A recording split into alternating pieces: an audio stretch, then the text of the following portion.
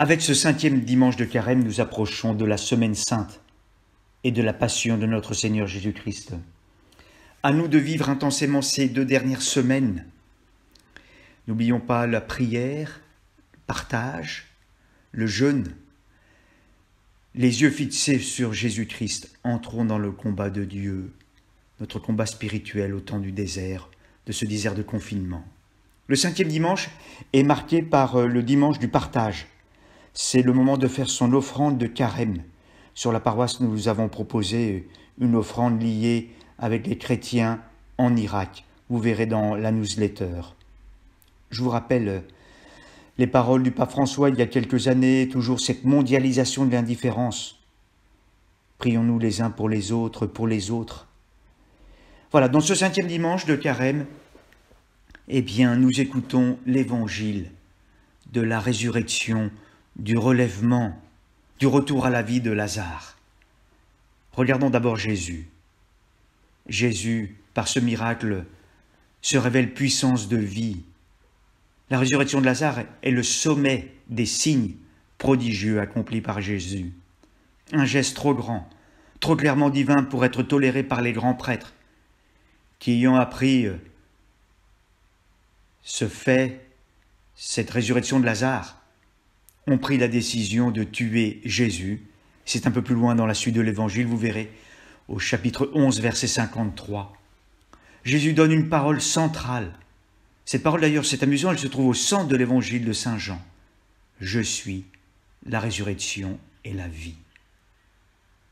Ces paroles de Jésus dites à Marthe, elles sont restées imprimées pour toujours dans la mémoire de l'Église. Je suis la résurrection et la vie. Qui croit en moi, même s'il meurt, vivra. Qui vit et croit en moi ne mourra jamais. Regardons Marthe. Seigneur, si tu avais été là, mon frère ne serait pas mort. Marthe ose crier sa douleur à Jésus. Elle s'adresse à lui avec confiance.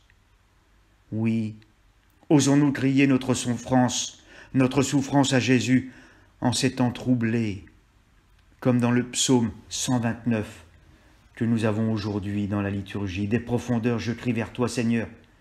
Seigneur, écoute mon appel, que ton oreille se fasse attentive au cri de ma prière.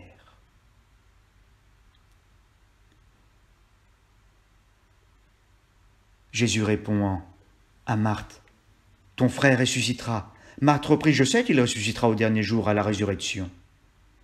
Ici, c'est une réponse de Marthe, comme une leçon, on dirait, apprise par cœur. Mais Jésus poursuit, vous allez voir. Jésus lui dit, moi, je suis la résurrection et la vie. Celui qui croit en moi, même s'il meurt, vivra. Et tout homme qui vit et croit en moi ne mourra jamais. Crois-tu cela? Marthe répondit, oui Seigneur, tu es le Messie, je le crois. Tu es le Fils de Dieu, celui qui vient dans le monde. Voilà ici la belle profession de foi de Marthe. Peut-être la plus belle de l'Évangile. Oui, Seigneur, tu es le Messie, je le crois. Tu es le Fils de Dieu, celui qui vient dans le monde.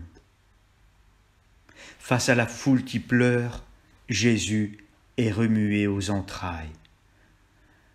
Quand il vit qu'elle pleurait, que les Juifs venus avec elle pleuraient aussi, Jésus, en son esprit, fut saisi d'émotion. Il fut bouleversé, Jésus pleura. Jésus pleura. Face à la situation que nous vivons dans notre monde aujourd'hui, avec cette crise sanitaire, à travers Lazare, Jésus est remué aux entrailles. Et il voit, il entend le cri des hommes et des femmes qui sont désemparés, qui ont peur à travers le monde. Jésus cria d'une voix forte, « Lazare, viens dehors !» Le mort sortit debout, les pieds et les mains liés par les bandages, le visage enveloppé d'un suaire. « Viens dehors !» Ce cri péremptoire de Jésus s'adresse à nous. Nous sommes confinés. Et pourtant, Jésus adresse à chacun par son prénom aujourd'hui ce cri d'espérance. « Viens dehors !» Nous sommes confinés, pourtant Jésus nous dit « Viens dehors !» Il s'adresse, oui, à tout homme, parce que chacun, oui, nous sommes tous marqués par la mort.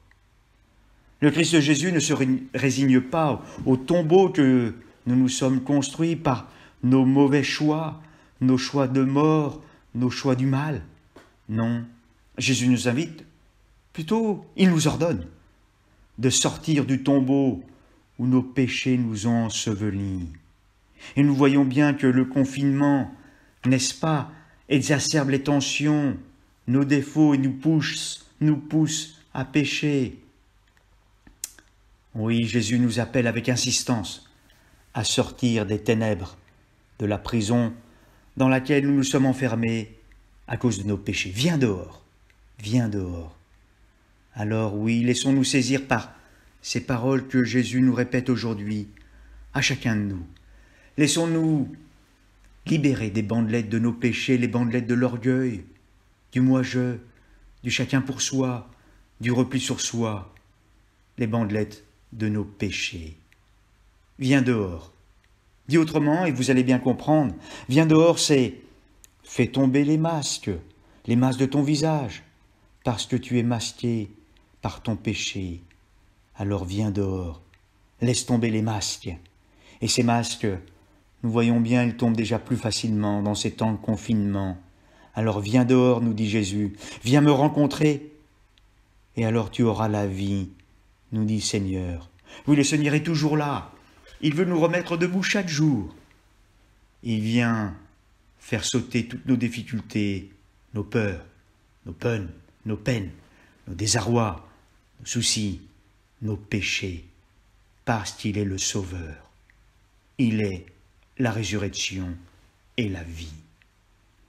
Rappelons-nous, frères et sœurs, notre conversion, notre changement, notre relèvement, notre résurrection commence quand nous décidons d'obéir à la parole forte de Jésus. Viens dehors, en sortant à la lumière, à la vie, à sa lumière, à sa vie.